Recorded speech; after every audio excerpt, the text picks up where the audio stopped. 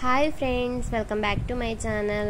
ಇವತ್ತಿನ ವಿಡಿಯೋದಲ್ಲಿ churidar ಟಾಪಿನ side slit ಯಾವ ರೀತಿ ಪರ್ಫೆಕ್ಟ್ ಆಗಿ ಮಾರ್ಕ್ ಮಾಡಿ ಕಟ್ ಮಾಡಿ ಸ್ಟಿಚ್ ಮಾಡಬೇಕು ಅಂತ ಹೇಳ್ಕೊಡ್ತಾ ಇದ್ದೀನಿ. ಫಸ್ಟಿಗೆ ನಮಗೆ ಎಷ್ಟು ವಿಡ್ತ್ ಬೇಕು ಅದನ್ನು ಮಾರ್ಕ್ ಮಾಡಿಕೊಂಡು ಸ್ಲಿಟ್ ಸ್ಟಿಚ್ ಮಾಡಲಿಕ್ಕೆ 1 ಇಂಚ್ ಹೊಲಿಗೆ ಅಂಶ ಕೊಡಬೇಕು. ಈ ರೀತಿಯಲ್ಲಿ ಕೊಟ್ಟ ನಂತರ ನಾವು ಸ್ಕೇಲ್ ಯೂಸ್ ಮಾಡಿ ಮಾರ್ಕ್ ಮಾಡ್ಕೊಳ್ಬೇಕು. ನಾನು ತೋರಿಸ್ಕೊಡೋ ರೀತಿಯಲ್ಲೇ ಕರೆಕ್ಟಾಗಿ ಮಾರ್ಕ್ ಮಾಡಿಕೊಂಡ್ರೆ ಮಾತ್ರ ನಾವು ಸ್ಟಿಚ್ ಮಾಡುವಾಗ ಸ್ಲಿಟ್ ಪರ್ಫೆಕ್ಟ್ ಆಗಿ ಸಿಗುತ್ತೆ. ಅಷ್ಟೇ ಸ್ಕೇಲ್ ಯೂಸ್ ಮಾಡಿಯೇ ಮಾರ್ಕ್ ಮಾಡ್ಕೊಳ್ಳಿ. ನಿಮ್ಮ ಹತ್ರ ದೊಡ್ಡ ಸ್ಕೇಲ್ ಇದ್ದರೆ ದೊಡ್ಡ ಸ್ಕೇಲ್ ಯೂಸ್ ಮಾಡಿ ಈ ಥರ ಸ್ಟ್ರೈಟ್ ಆಗಿ ಮಾರ್ಕ್ ಮಾಡ್ಕೊಳ್ಳಿ. ಕೆಳಗಿನ ಸೈಡ್ ಸ್ವಲ್ಪ ವಿಡ್ತ್ ಜಾಸ್ತಿ ಇರುತ್ತೆ ಸ್ಲಿಟ್ಟಿಗೆ. ಈ ರೀತಿಯಲ್ಲಿ ಮಾರ್ಕ್ ಮಾಡ್ಕೊಳ್ಬೇಕು. ಆ ಸೈಡು ಹಾಗೆ ಸ್ಟ್ರೈಟ್ ಆಗಿ ಇರಬೇಕು. ಈ ಥರ ಮಾರ್ಕ್ ಮಾಡಿದ ನಂತರ ನಾವು ಮಾರ್ಕ್ ಮಾಡಿದ ಅದರ ಮೇಲ್ಗಡೆ ಕರೆಕ್ಟಾಗಿ ಕಟ್ ಮಾಡ್ಕೊಳ್ಬೇಕು. ಇಲ್ಲಿ ನಾವು ಕಟ್ ಮಾಡುವಾಗ ಹಿಪ್ ವಿಡ್ತ್ ಜಸ್ಟ್ ಒಮ್ಮೆ ಈ ಥರ ಕಟ್ ಮಾಡಿ ಈ ಥರ ಮಾರ್ಕ್ ಮಾಡಿಕೊಂಡು ಸೈಡ್ ಸ್ಲಿಟ್ಟಿಗೆ ಬೇಕಾಗಿರೋದು ಈ ಥರ ಸ್ಟ್ರೈಟ್ ಆಗಿ ಕಟ್ ಮಾಡ್ಕೊಳ್ಬೇಕು. ಇನ್ನು ಸ್ಟಿಚ್ ಮಾಡ್ಕೊಳ್ಳುವ ನಾವು ಆಲ್ರೆಡಿ ಇಲ್ಲಿ ಮಾರ್ಕ್ ಮಾಡಿದ್ದೀನಿ. ಸ್ಲೀವ್ನ ಲೂಸು, ಚೆಸ್ಟ್ ಬಿಡ್ತು, ವೇಸ್ಟ್ ಬಿಡ್ತು, ಹಿಪ್ ಲೆಂಗ್ತ್ ಎಲ್ಲ ಮಾರ್ಕ್ ಮಾಡಿದ್ದೀನಿ. ಅಲ್ಲಿ ತನಕ ಈ ಥರ ಸ್ಟ್ರೈಟ್ ಆಗಿ ನಾವು ಮಾರ್ಕ್ ಮಾಡಿದ ಅದರ ಮೇಲ್ಗಡೆ ಈ ಥರ ಸ್ಟ್ರೈಟ್ ಆಗಿ ಸ್ಟಿಚ್ ಮಾಡಿಕೊಂಡು ಹೋಗಬೇಕು.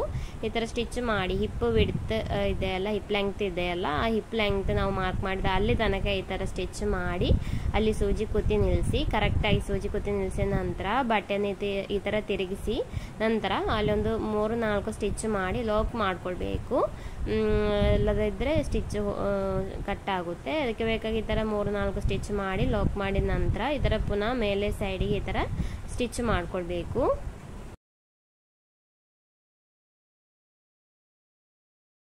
ಎರಡೂ ಸೈಡು ಈ ಥರ ಸ್ಟಿಚ್ ಮಾಡಿ ಆದ ಮೇಲೆ ನಮಗೆ ಚೂಡಿದಾರ್ ಟಾಪಿನ ಸೈಡ್ ಸ್ಲಿಟ್ ಸ್ಟಿಚ್ ಮಾಡ್ಕೊಳ್ಬೇಕು.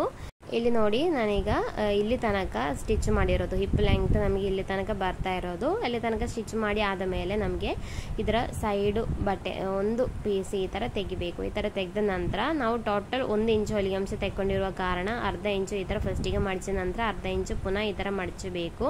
ಈ ಥರ ಮಡಿಚಿದ ನಂತರ ಸೈಡಲ್ಲಿ ಸ್ಟಿಚ್ ಮಾಡ್ಕೊಳ್ಬೇಕು. ನಾನು ಇದರಲ್ಲಿ ಡೀಟೇಲ್ ಆಗಿ ಕ್ಲಿಯರ್ ಆಗಿ ತೋರಿಸ್ಕೊಡ್ತಾ ಇದ್ದೀನಿ. ನೀವು ವಿಡಿಯೋ ಸ್ಕಿಪ್ ಮಾಡದೆ ಕರೆಕ್ಟಾಗಿ ನೋಡಿ, ನಿಮಗೂ ಕೂಡ ಪರ್ಫೆಕ್ಟಾಗಿ ಕರೆಕ್ಟಾಗಿ ಸ್ಲಿಟ್ ಈ ಥರ ಸ್ಟಿಚ್ ಮಾಡ್ಬೋದು.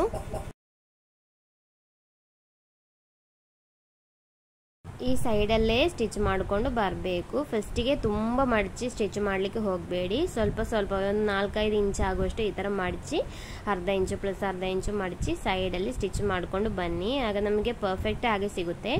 ನಾವು ಫಸ್ಟಿಗೆ ಸ್ಟಿಚ್ ಮಾಡುವಾಗ ಯಾವಾಗಲೂ ಕಾಟನ್ ಬಟ್ಟೆ ಯೂಸ್ ಮಾಡೋದು ಒಳ್ಳೆಯದು.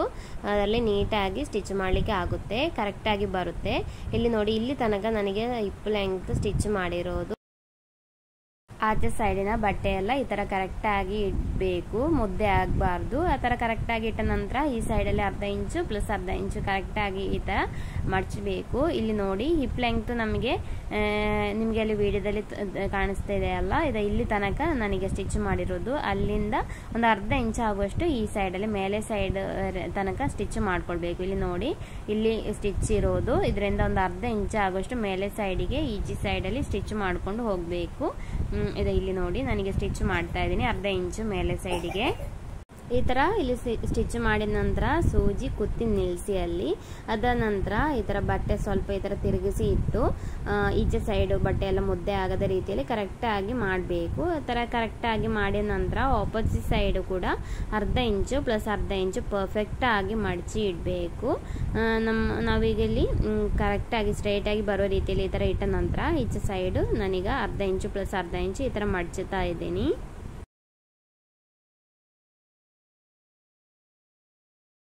ಈ ಥರ ಕರೆಕ್ಟಾಗಿ ಮಡಚಿ ಇಟ್ಟ ನಂತರ ನಮಗೆ ಆಚೆ ಸೈಡಿಂದ ಈಚೆ ಸೈಡಿಗೆ ಈ ಥರ ಸ್ಟ್ರೈಟಾಗಿ ಸ್ಟಿಚ್ ಮಾಡ್ಕೊಳ್ಬೇಕು. ನಮಗೆ ಅದು ನೋಡೋ ಗೊತ್ತಾಗುತ್ತೆ ಯಾವ ರೀತಿ ಇಟ್ಟರೆ ನಮಗೆ ಅದು ಸ್ಟ್ರೈಟಾಗಿ ಬರುತ್ತೆ ಅಂತ. ಈ ಥರ ಇಟ್ಟು ಈಚೆ ಸೈಡಿಗೆ ಸ್ಟ್ರೈಟಾಗಿ ಈ ಥರ ಸ್ಟಿಚ್ ಮಾಡಿಕೊಂಡು ಸೂಜಿಯಲ್ಲಿ ಕುತ್ತಿ ನಿಲ್ಲಿಸಿ ಅದಾದ ನಂತರ ಬಟ್ಟೆಯನ್ನು ಈ ಥರ ತಿರುಗಿಸಿ ಇಡಬೇಕು. ಈ ಥರ ತಿರುಗಿಸಿ ಇಟ್ಟ ನಂತರ ಕೆಳಗಿಗೂ ಅರ್ಧ ಇಂಚು ಪ್ಲಸ್ ಅರ್ಧ ಇಂಚು ಮಡಚಿ ಸ್ಟಿಚ್ ಮಾಡ್ಕೊಳ್ಬೇಕು. ನಿಮಗೆ ಕರೆಕ್ಟಾಗಿ ನೋಡೋ ಗೊತ್ತಾಗುತ್ತಾ ಇದೆ ಅಲ್ಲ ಫ್ರೆಂಡ್ಸ್? ಈ ರೀತಿಯಲ್ಲಿ ಸ್ಟಿಚ್ ಮಾಡಬೇಕಾಗಿರೋದು.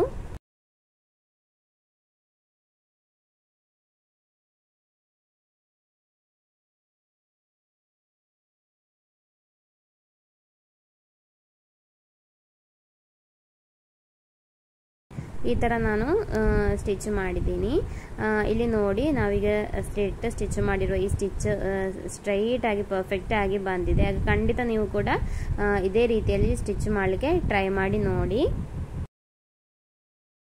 ಇನ್ನು ನಮಗೆ ಬೇಕಿದ್ರೆ ಇದರ ಸೈಡಲ್ಲಿ ಒಂದು ಸ್ಟಿಚ್ ಕೂಡ ಮಾಡ್ಬೋದು. ಈ ಸೈಡಲ್ಲಿ ಒಂದು ಸ್ಟಿಚ್ ಮಾಡ್ಬೋದು. ನಾನೀಗ ಮಾಡೋದಿಲ್ಲ, ಒಂದೇ ಸ್ಟಿಚ್ ಮಾಡ್ತಾ ಇದ್ದೀನಿ. ಸ್ಲೇಟಿಗೆ ಬೇಕಿದ್ರೆ 2 ಸ್ಟಿಚ್ ಮಾಡ್ಕೊಳ್ಬೋದು. ಅದು ನಾನು ಇನ್ನೊಂದು ವಿಡಿಯೋದಲ್ಲಿ ನಿಮಗೆ ಕರೆಕ್ಟಾಗಿ ತೋರಿಸ್ಕೊಡ್ತೀನಿ. ಈ ಥರ ಸೈಡ್ ಸ್ಟಿಚ್ ಮಾಡಿ ಆದಮೇಲೆ ನಮಗೆ ಇದರ ಕೆಳಗಿನ ಸೈಡು ಸ್ಟಿಚ್ ಮಾಡ್ಕೊಳ್ಳುವ. ಏನಾದರೂ ಎಕ್ಸ್ಟ್ರಾ ಬಟ್ಟೆ ಬರೆದಿದ್ರೆ ಅದನ್ನು ಜಸ್ಟ್ ಒಮ್ಮೆ ಕಟ್ ಮಾಡ್ಕೊಳ್ಳಿ. ಕಟ್ ಮಾಡಿ ಲೆವೆಲ್ ಮಾಡಿ ನಂತರ ಕೆಳಗಿನ ಸೈಡು ಅರ್ಧ ಇಂಚು ಪ್ಲಸ್ ಅರ್ಧ ಇಂಚು ಮಡಿಸಿ ಸ್ಟಿಚ್ ಮಾಡ್ಕೊಳ್ಬೇಕು. ಸ್ಟಿಚಿಂಗ್ ಸ್ಟಾರ್ಟ್ ಮಾಡುವಾಗ ಫಸ್ಟಿಗೆ ಲಾಕ್ ಮಾಡಿಕೊಂಡು ಸ್ಟಾರ್ಟ್ ಮಾಡ್ಕೊಳ್ಳಿ. ನಂತರ ಸ್ಟ್ರೈಟಾಗಿ ಕೊನೆ ತನಕ ಸ್ಟಿಚ್ ಮಾಡಿಕೊಂಡು ಕೊನೆಯಲ್ಲೂ ಕೂಡ ಸ್ಟಿಚ್ ಮಾಡಿ ಲಾಕ್ ಮಾಡ್ಕೊಳ್ಬೇಕು.